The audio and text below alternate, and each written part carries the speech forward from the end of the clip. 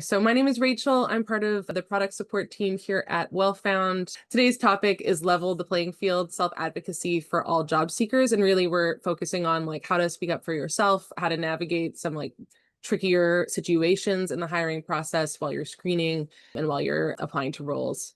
And before we get started, I just wanted to briefly mention that this is presented by WellFound in case you joined through a LinkedIn or social post. WellFound is a jobs marketplace. We've been around for over 10 years. We were formerly called Angelus Talent, and we specialize in startup hiring, which has expanded to tech enterprise hiring as well. So anything that has to do with tech is the kind of role that you'll see on WellFound site. We've made over 8 million matches in our system. We have over 150,000 tech jobs. So check it out if you haven't yet. And if you need if you have any questions about your WellFound profile, it's me and some other people on this call that are on the other end of those support tickets. So you're always going to reach one of us, which is kind of just cool to know.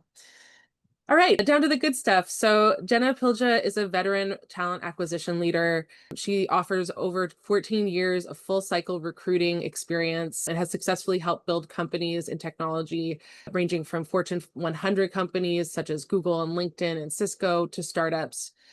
She's also an experienced entrepreneur with a background in helping startups scale, and she co-founded the Recruiters Association, a nonprofit dedicated to elevating the talent acquisition profession by empowering the next generation of talent leaders through education, mentorship, training, and community collaboration. She's committed to advising business leaders on best practices for identifying high potential talent while creating unforgettable candidate and employee experiences. And we connected about just this mission on helping job seekers. So I'm really excited to have you here today, Jenna. Thank you so much for the introduction, Rachel. And thank you as well to WellFound for having me as a guest speaker on Ask a Recruiter today. I really appreciate it. And so, as you mentioned, I've been in the recruiting industry for many years now.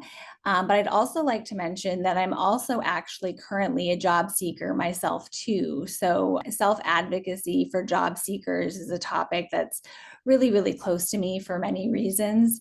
So, what I'll be sharing today, it's going to be coming from my personal firsthand experience, that's professional work experience, but it's also really going to come from the heart because, I'm truly here with everyone on this call today, and I can fully understand just how challenging it is to find a new role, right?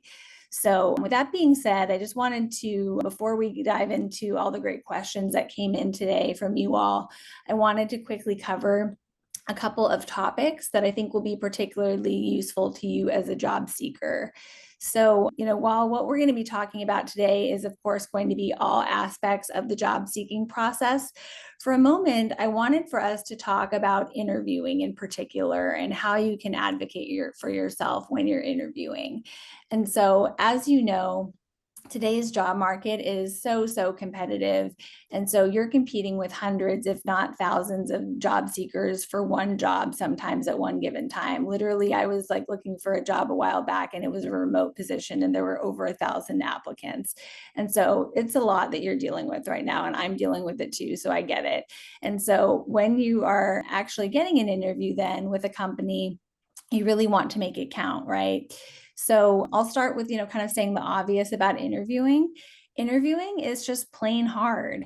It's hard for many different reasons, right? But, I think that what it kind of comes down to is that you can prepare, but unless you have a really clear idea of what will be covered in the conversation, you may unfortunately be wasting your time. And so, I'm proud to say that as a recruiter, in most of my roles, I've always made it a priority to make interview prep guides for roles that I'm hiring for. And so these are interview prep guides that basically what they do is they cover things like interview format. So for example, if it'll be like a behavioral interview or not, and then also covering what are some of the sample questions and topics that are likely to be asked, and then sharing this information with job seekers to help them with preparing and succeeding. So my suggestion is that when you are selected for an interview, do reach out to the interviewer before your interview to see how you can best be prepared for the call. Ask them to clarify things like what the format of the call will be, and see if they'll also share with you topics that will be covered, and see if they have any interview prep guides created for you as well. And so I'll say that, based on my professional experience and my experience as a job seeker recently, I can tell you that unfortunately, having an interview prep guide is not always common. However, what is helpful is if you do just reach out to that interviewer and try to get more information about the interview, you will usually get a response with some helpful information. And so interviewing, as we know, it can really be challenging for all people. But one demographic who it's particularly challenging for are candidates who are living with disabilities. And so 1 in 3 people actually live with a disability. So, why I bring this up is because people often don't ask for accommodations often enough, because typically there are more people who would benefit from getting one. But since interviewing is designed more for neurotypical brains, it would really be in your benefit to reach out and ask for an accommodation if you need one. So, if you do have a disability and find interviewing is particularly difficult for you and you aren't progressing in interview processes, I would consider requesting a reasonable accommodation. And a reasonable accommodation, what it is it's a modification to the job, the work environment, or the way that things are done during the hiring process.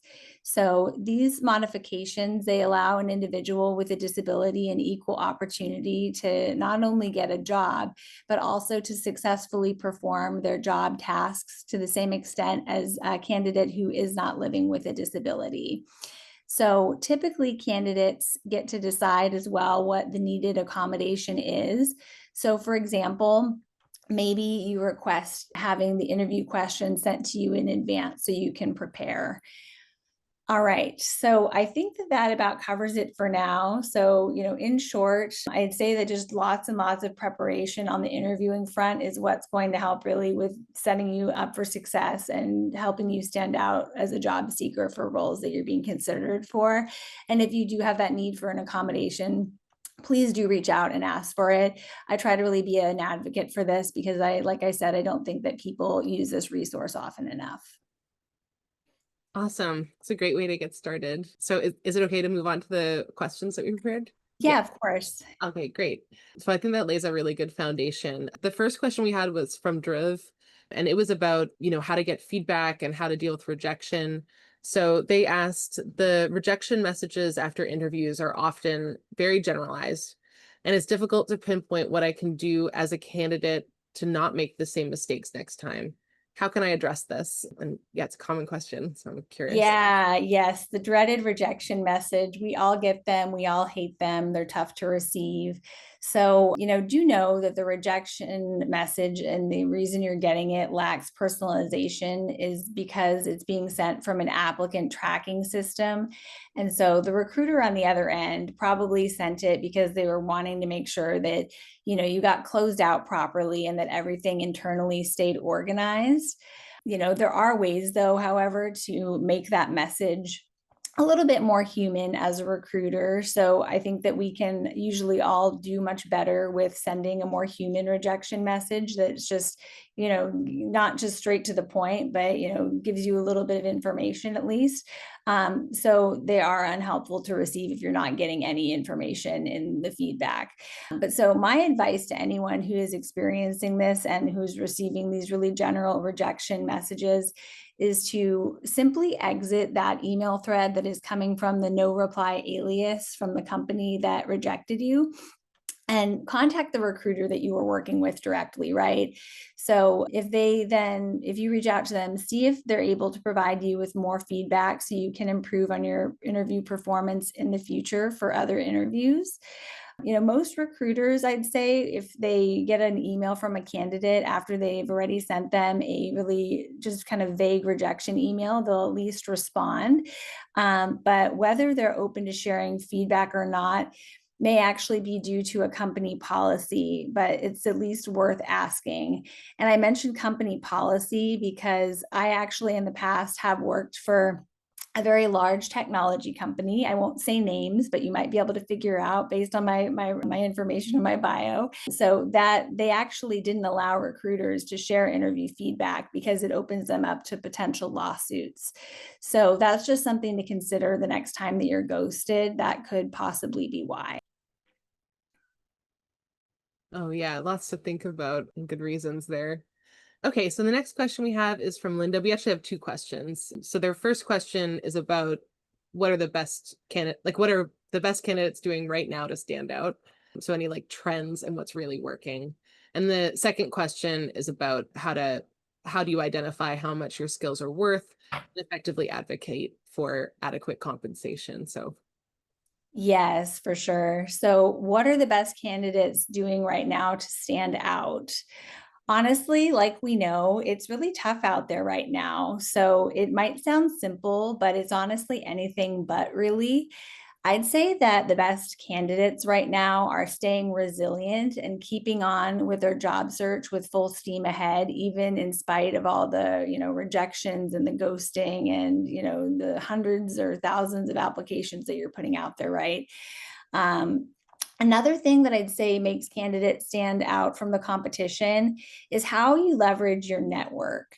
So I really can't emphasize this one enough. I think that it can also like oftentimes be pretty overlooked because when you're actively looking, a lot of the times you're thrown into your job search because maybe you're part of a layoff. I know I've been through that before. Maybe a contract of yours ended, right? So it can happen kind of out of the blue. So you kind of just go right for like applying for jobs, but networking really can't be skipped.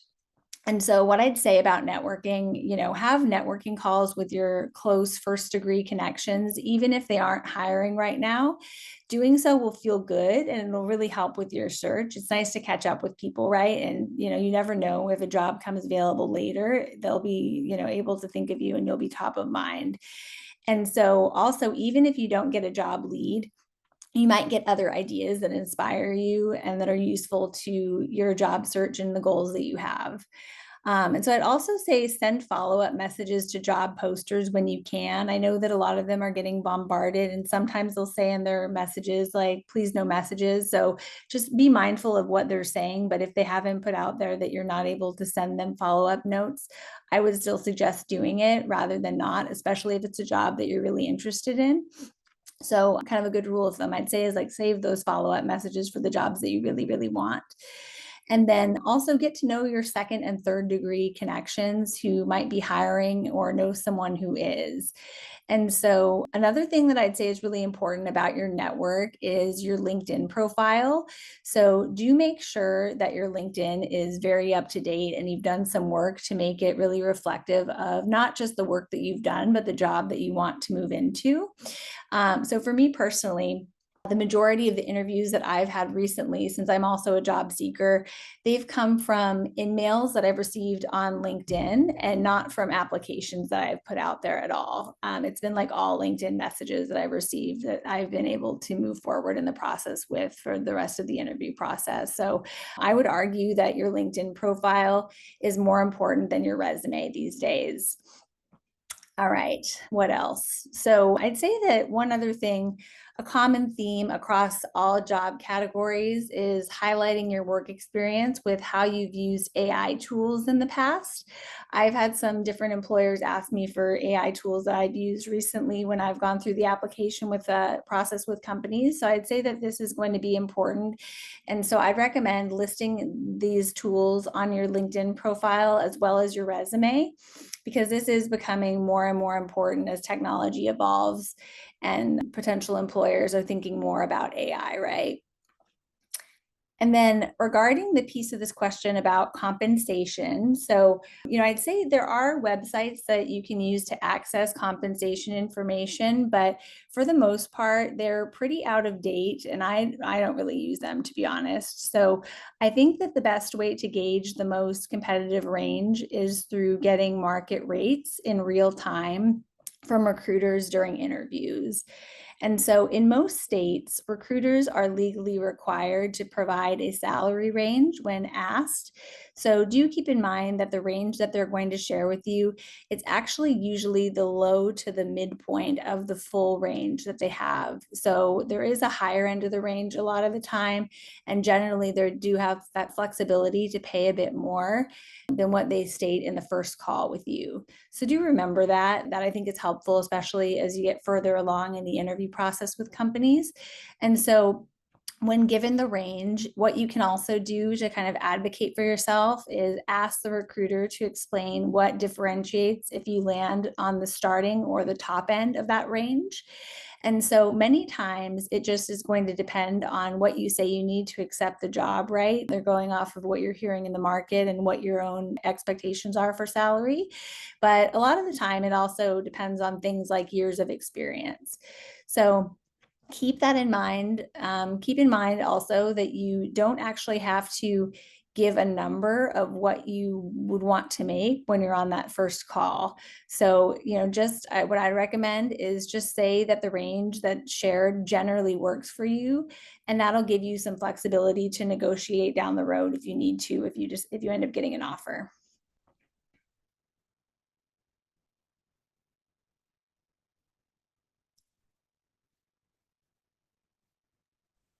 The bar to unmute myself wasn't coming up. Sorry about that. Those were great All answers.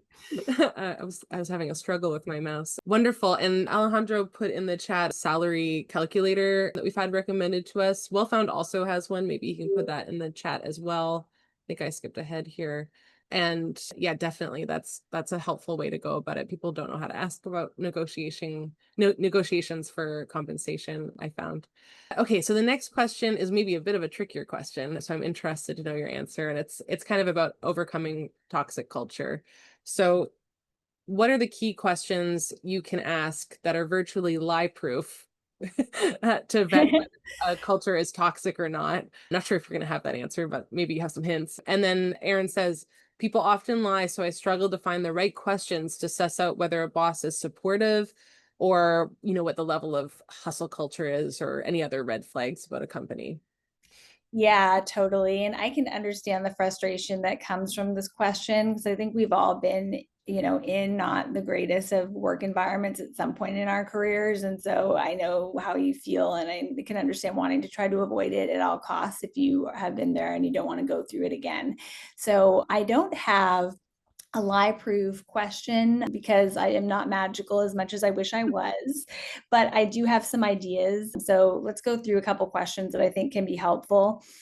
So, the first thing that I'd suggest doing when you're interviewing is to really make sure that you're asking solid, open ended questions and pay very close attention to the different answers that you get as you interview with different people, especially if you're at like that interview loop stage where you're getting to meet with a couple people from the team. That's really helpful when you can compare what other people say at the company. So the first question I would say that I ask a lot of the time is, how would you describe the company culture here? So of course, what they share is going to be really important. So listen closely. And also, in addition to just really listening closely to what they're saying, pay close attention to what their tone is when they're talking, and also kind of make a note of like how excited they seem and how genuine they seem as they're answering, because you can go through the motions and say whatever you want to say, but I think those things like tone and their excitement level, it's a little bit harder to fake those things. So I'd pay close attention to that. And then also, if they share any information with you that you still have questions on, do make sure to just ask follow-up questions and ask for examples about what they're talking about, because that can really be helpful as well. So other questions, I'd say one that you could ask is, what are the company's core values and how do they manifest in daily life? So I'd say that most companies, they do have core values that they've put together, but if for some reason they don't have values, and a lot of times they actually will not have core values, I would say that that would be a bit of a red flag. Also, if they, don't have an answer that's clear to that question because values aren't actually being lived in and treated as like they matter, then that's also going to be a flag, right? Next, I would ask them, how would you describe the communication style? So this is a good question for kind of sussing out the policies of top level leadership insights and what they think is okay and what isn't okay. Another question that's good to ask, especially if you're interviewing with your new potential manager, is asking them, what's your leadership style like? And so it can be a little tricky since you're speaking directly to the person, but it actually is great because since it's them in particular that you are asking the question to, they're going to really be able to be as authentic as they can be. And so you'll be able to assess from them what is more theoretical versus what is actually work that they've done in the past.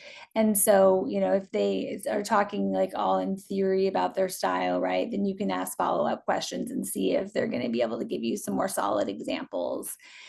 And then the last question I'd ask, since I know part of the question was, kind of trying to suss out if it's too much of a hustle culture and maybe some concern about long work hours, I would just be really direct and ask, what are the expected work hours of this position? I think that it's as straightforward as you can be with a question, and it's probably a hard one for them to give you an untrue answer to and fluff the answer up. So if they won't commit to like a 9 to 5, for example, if that's kind of what you'd expect for the position to be, I'd say that that's probably going to be a red flag. They might say something like, we work until we get everything done, right? Or, something that's more open-ended. And if that's not what you're looking for, then I would probably pay close attention to that.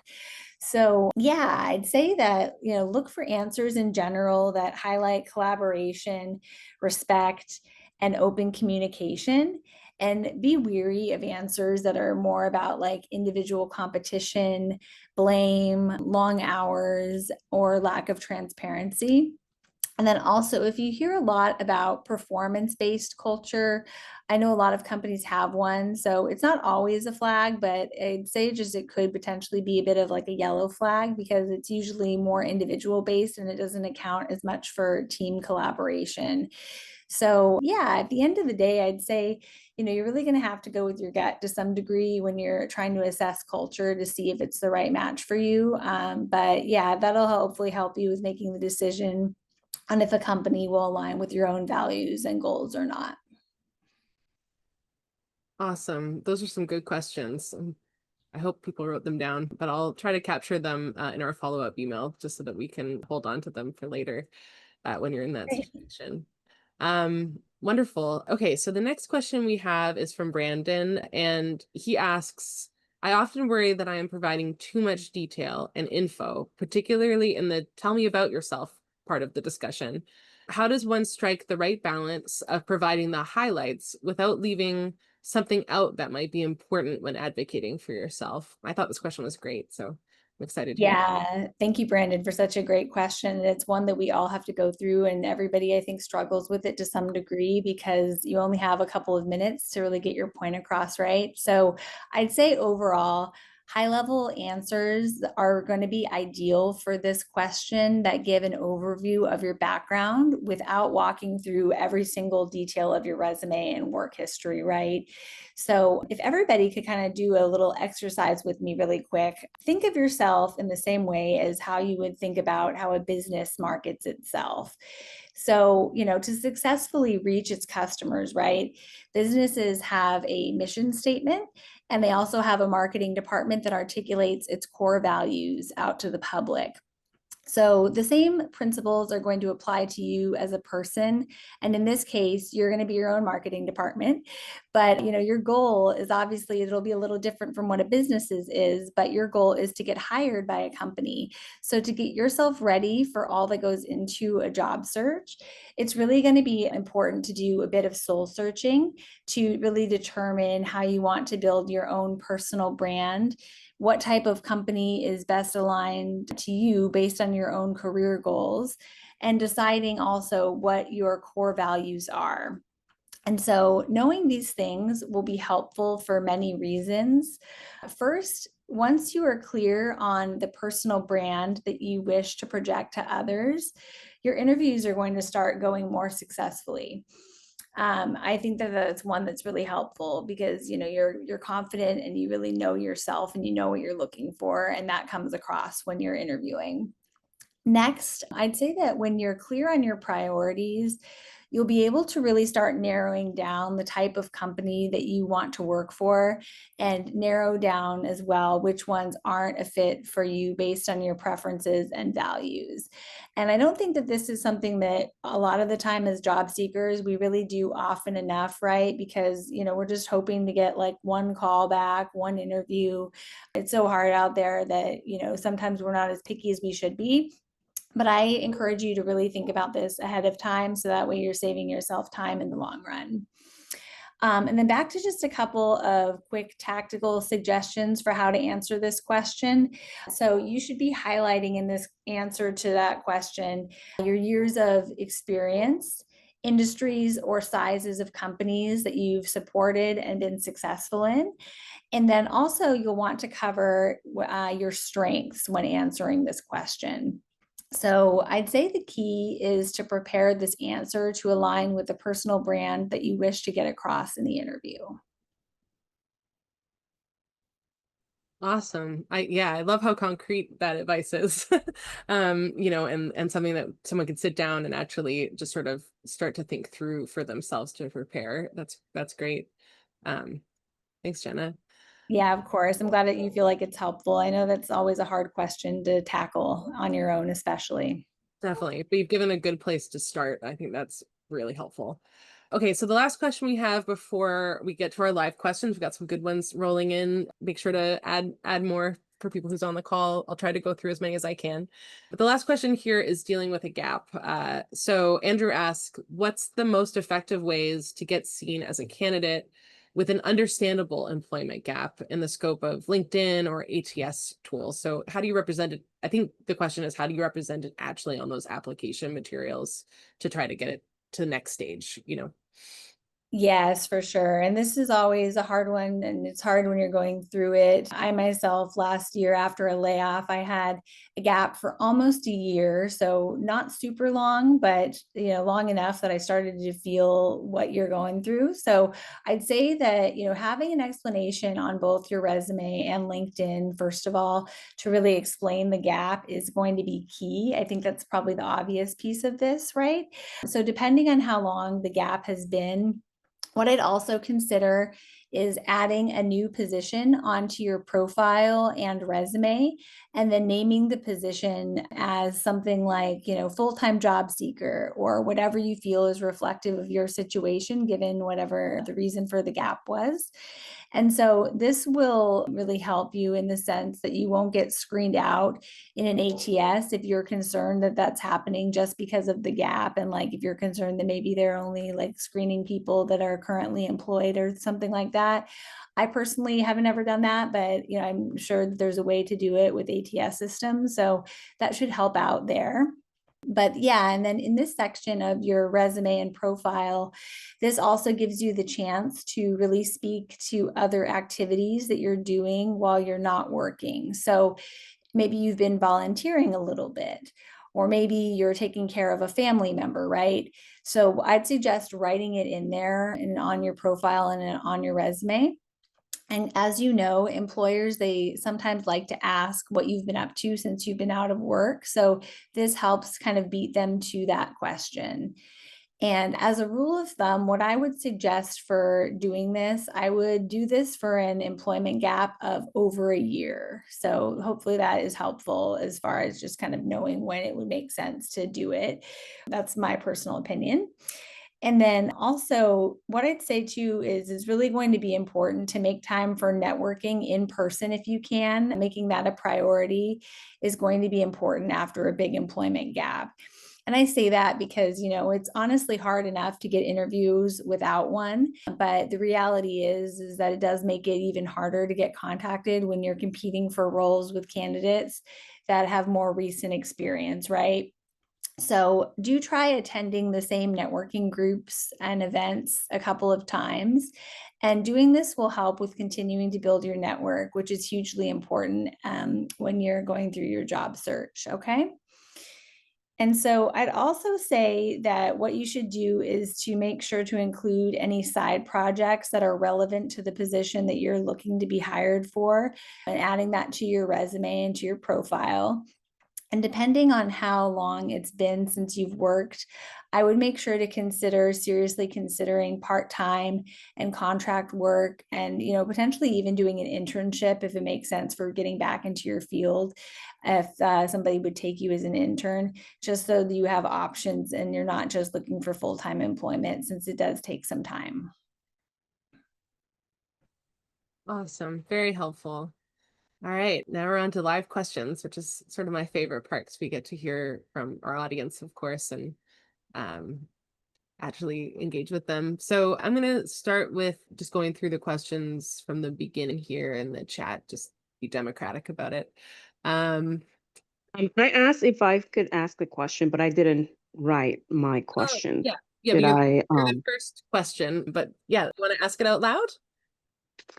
Oh, sure. So my question is, if I'm in the last interview stage with a FANG, right? And I also I'm expecting an offer from a non-FANG company, right?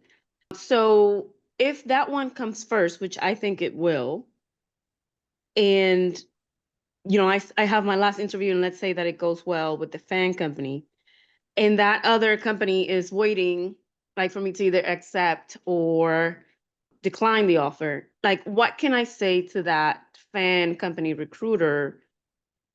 Like, can I say, hey, I know I just had the last interview, and your process is your process, but can you give me a sign? Can you, I speed up the review of my candidacy? Like, what can I tell the recruiter so that, tell them that they're my top choice, but that I do have a bird in the hand? Like, how will you navigate that? Yeah, that can be challenging. So just to make sure I'm understanding the situation correctly, Serena. So you want to work for the FANG company, that's your top choice, but they're taking a little bit too long, and you've got another offer that might be in hand with another company, and they're also wanting you to make a decision soon. Is that correct? I don't have any offer as of yet, but I'm expecting Okay. an offer from that non-FANG company while I'm still in the last interview, so I have the offer, but I still have the last interview with the FANG company. So, it's a very complicated situation. Yes, definitely. So, what I'd say in your situation is if you can try to get them to give you any sort of indication as a reasonable timeline for when they're going to make a decision by, that will hopefully help out with just giving you some peace of mind and knowing how you can move forward with the other company. I'd say that since you're still waiting on offers and at the moment you don't have one, you don't really have to give them too much insight into like which way you're leaning or anything like that, but you definitely want to show that you're still interested. So I think you could send like a really thoughtful follow-up email just saying how interested you are in the company and just that you're hoping for an update on when you're going to get information about how they're going to be moving forward, if that makes sense.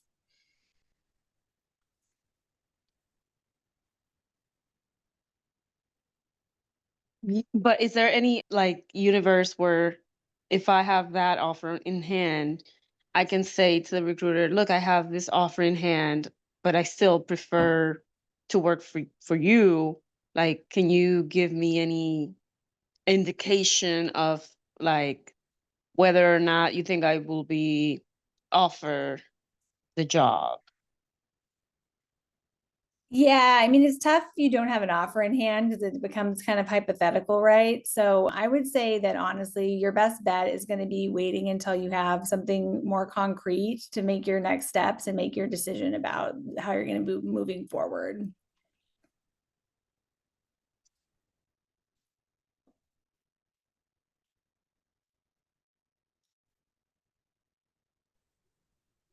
Well, it's exciting to be in a place where you think you're about to get an offer. So we're all going to be rooting for you, Serena.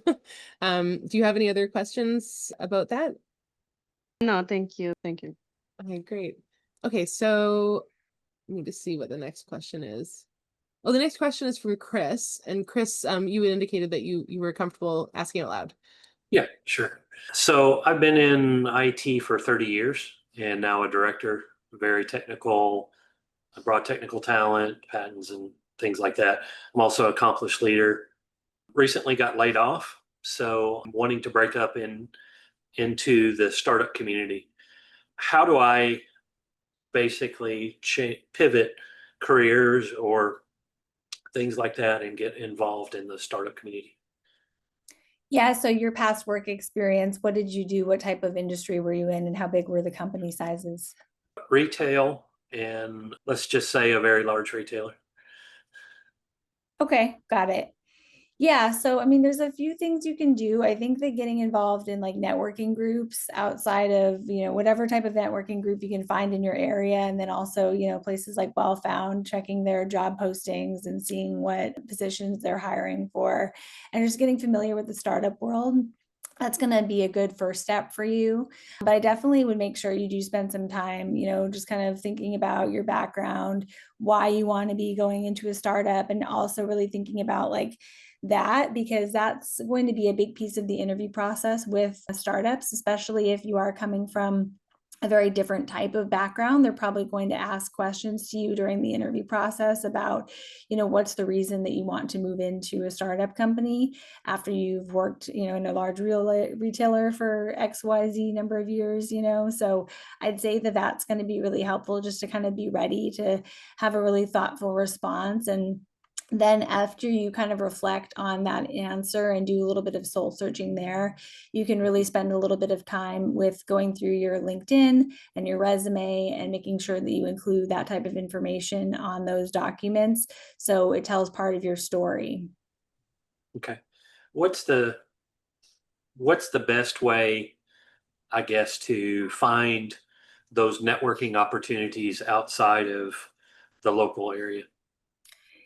Yeah, so I mean, I do just a lot of Google searches. I think that you can also go to different parts of LinkedIn and do searches on LinkedIn for different events that are happening in your area.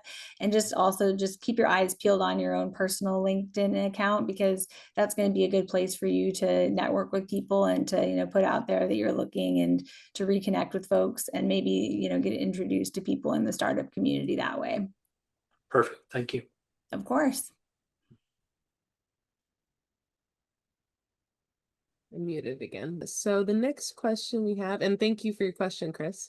And we also have I don't know if you're a Discord person, but we have a Discord. I'm gonna put it in the chat later, where job seekers are sort of talking to one another, but a lot of them are technical people who have worked at startups. So that might be helpful to you as well. Thank The you. next question that we have is, oh, Grace had a comment about maybe using Glassdoor to suss out toxic companies. I think that's a good one. Rahul, do you want to ask your question out loud? Let's see. I can also read it for you. Well, they might be gone. He's having lunch. Oh, yeah, sure. I'll ask your question. I thought it was kind of a good one, actually. You might have had two, but the first one was, does it come off as rude if I ask directly during a screening call if they are really hiring and the job posting, or if the job posting is on hold and they're just vetting candidates at this point? And I assume that question comes out of some frustration with feeling like maybe an opportunity wasn't real at some point. But maybe Jenna, you've got some insight there.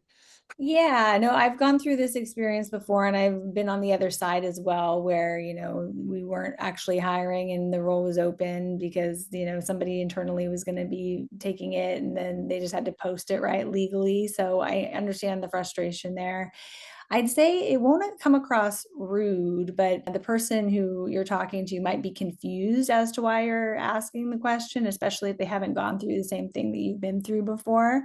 But, if it were me, I wouldn't think it comes across rude. I think that it's something that's going to just kind of be up to you and how important it is to you. If you think you need to ask that question to really not waste your own time, then by all means, keep asking it.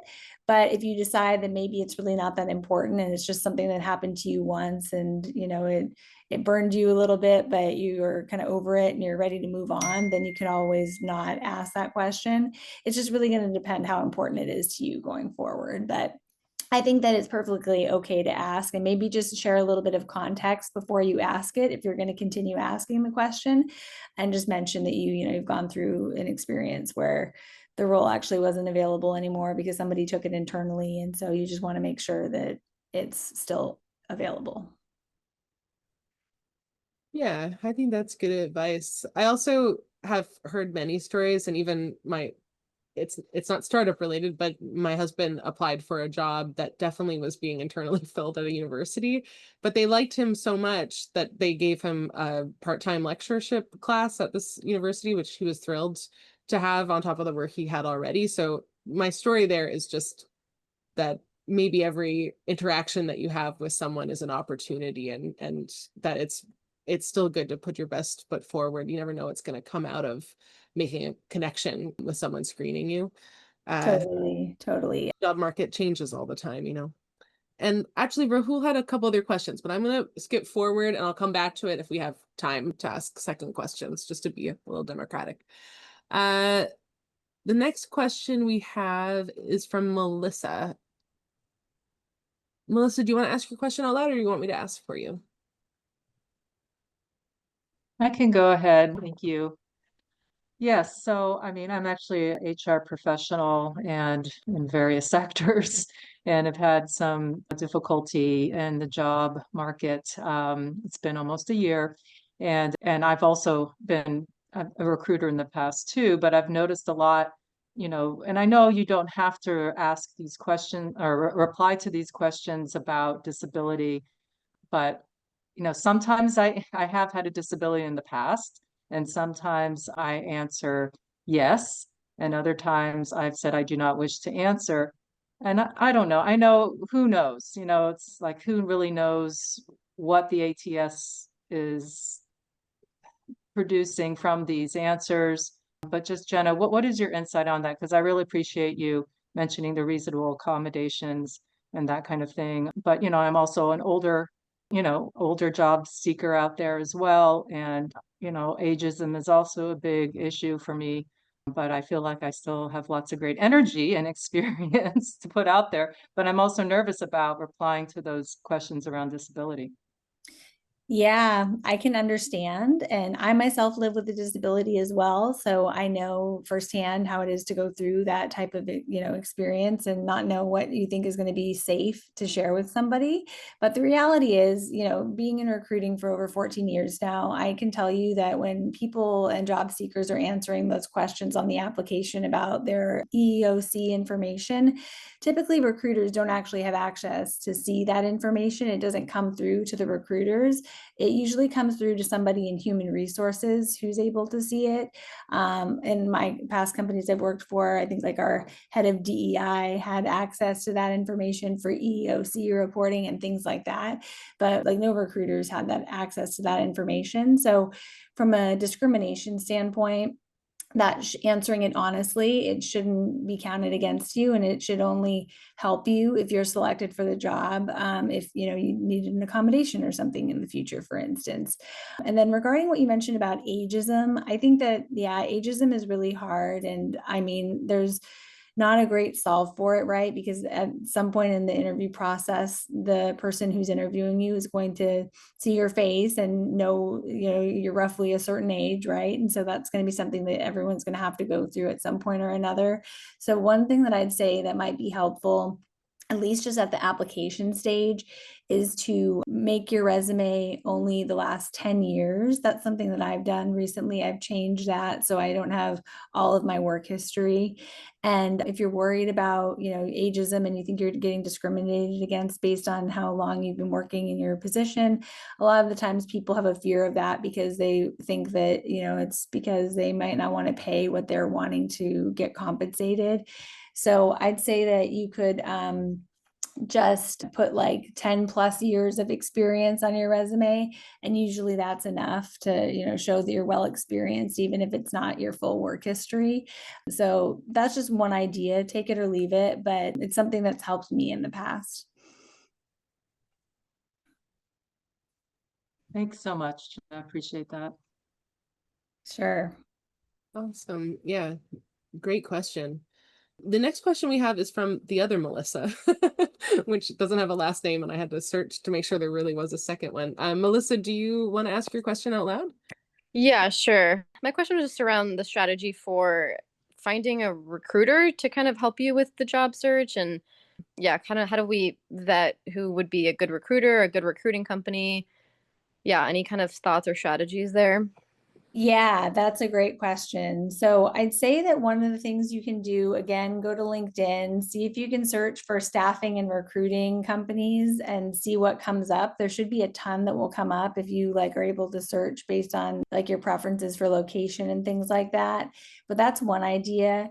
Another is you can try to find different recruiting associations. I'm not running mine, the Recruiters Association, anymore. We stopped running during COVID, but there's some other ones that are out there and they do great work, and they are an association that really are designed for recruiting professionals to share best practices and have education. And so a lot of times the people that are parts of those groups are going to be great people to connect with if you're looking for support. And they have people from all different types of companies that go to those associations, ranging from people in staffing agencies, which is probably who you'd want to connect with as a job seeker, but they'll also have like corporate recruiters there as well. And then also just, doing a general Google search and look for what staffing agencies come up. You're probably going to get most of the really big ones first, but depending on like your specialty and what you're looking for in work, I would make sure to put that as a keyword. So if like you're a UX designer or something, let's say, for example, there might be like a staffing agency that'll come up that specializes in UX design or product management or something similar. So yeah, hopefully that's helpful. Yeah, that is. Thank you.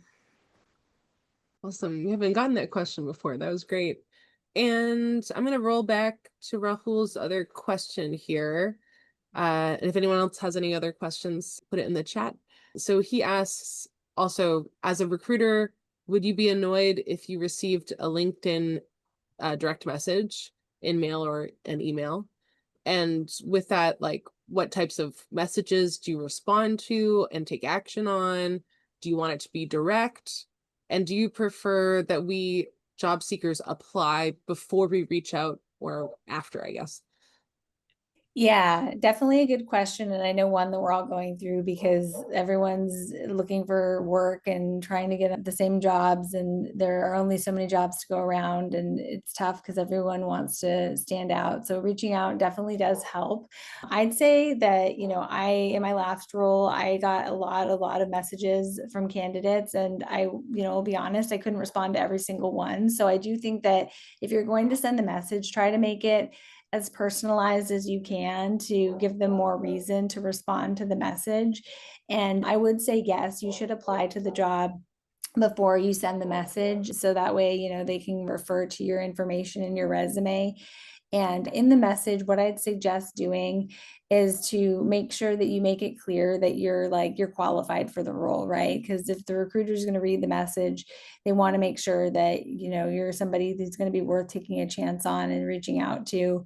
So I think that just putting some information in your message about how many years of experience you have or certain projects that you've done that are relevant to the role, that'll really be helpful. Awesome. Yeah, that's super helpful to know about the order of things too. He says awesome and thank you in the chat.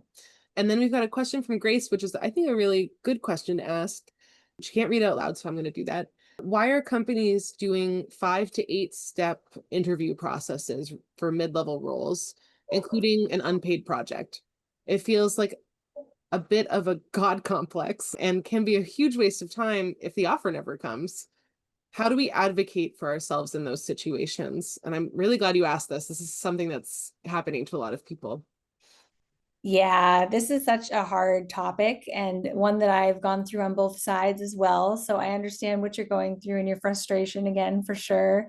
So I'd say, first, just speaking from my own personal experience, one of the things that I look for when I interview with companies to see if I want to work for them and recruit for them is I do ask them how many steps they have in their interview process. And if it seems reasonable or not, that's really going to be like one of the main things that'll just make me decide if I want to recruit for them, because I've never actually had an 8-step process as a recruiter. And I feel, maybe after hearing your question, very fortunate that I've never had to go through that experience, because I know that a lot of people are having to go through that as job seekers, and there's a lot of recruiters who are having to manage that as well.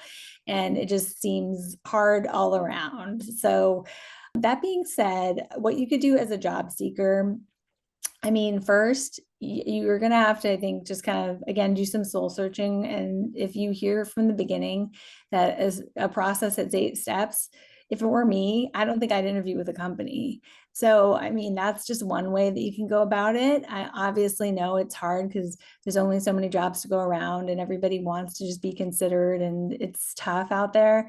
But in some cases, it's just really not worth your mental health to go through that and to have to go through so many steps. And, even if you do get the job, I mean, what is that going to say about the company, right? So that's kind of my take on it. I think that, if you do want to try it out and go through the steps, the only thing that you should kind of remember is if you decide to go through the steps, you're still going to have to go through all 8 stages of the process. And so it's just really, again, just asking yourself, like, is this worth it for me?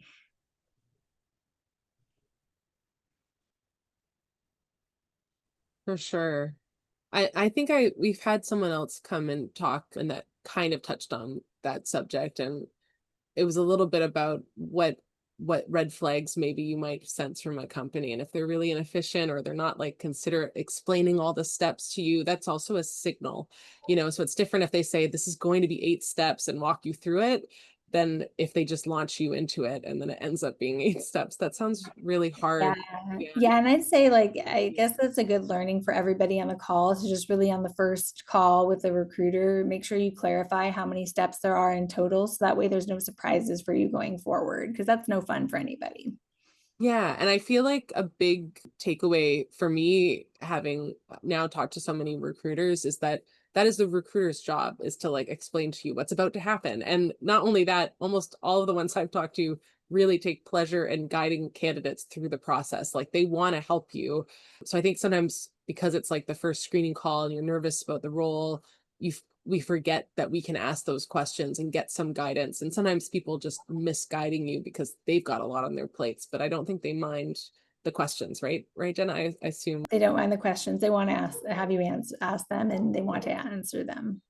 Yeah, I think so. Just like how you asked and answered all of our questions. Thank you so much. We've got 5 minutes left, so I think we'll call that a wrap. We've gone through all the questions in the chat, which is amazing. And if anyone has any other questions, you're welcome to join our Discord. Alejandro's gonna drop that in the chat for everybody. And this is just a space where I update about Ask a Recruiter, what the next session is going to be, and sort of like make sure people know about it. But it's also a place to connect with other job seekers. We have a channel called Profile Level Up that I personally try to engage with every time someone posts in there. So you can post like your well-found profile or your resume or a cover letter if you want like some peer reviews. I just ask that everybody tries to help other people who do it too if you're going to post in there, because we're trying to, connect people together. There's a great way to get other, if you're an engineer, for example, another engineer might be able to give you a kind of peer review of some of the ways that you've talked about your tech stack in there. So I highly recommend checking it out if you're a Discord user kind of in general. And then we'd also love it if we could get some feedback from you on how this session was. If you have any topic suggestions, you can put it in there too. And it's also a great way of getting on the mailing list for the future Ask a Recruiter invitations. So Alejandro will drop that in there too. So if you add your email there, I'll make sure to always send you an invite for these if you're enjoying them. And oh yeah, and then next week we have Ask a Recruiter with Mike Cohen. He's a sourcer explicitly, so rather than a recruiter that deals with inbound, he actively sources for candidates, which is kind of a great thing for us to look at and get some tips on for people who are like want to be passively approached for roles.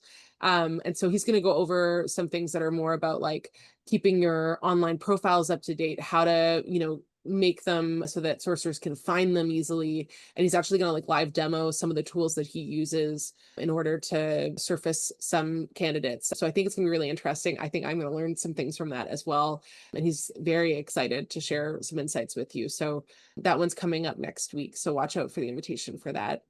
And that is it. If you have any other questions, you can also reach out to us at talent@wellfound.com. And like I said, join the Discord. Thank you so much, Jenna. This was awesome. I'm so glad we covered some questions we haven't covered before. And your insights were just like generally really great. Thank you so much. Thank you, Rachel. I really appreciate you all for having me today. Awesome. Thanks, everyone. I hope you have a great, we're getting close-ish to the weekend. So when you get to the weekend, I hope it's great. All right. Bye. Bye, everyone. Thanks, guys. Bye.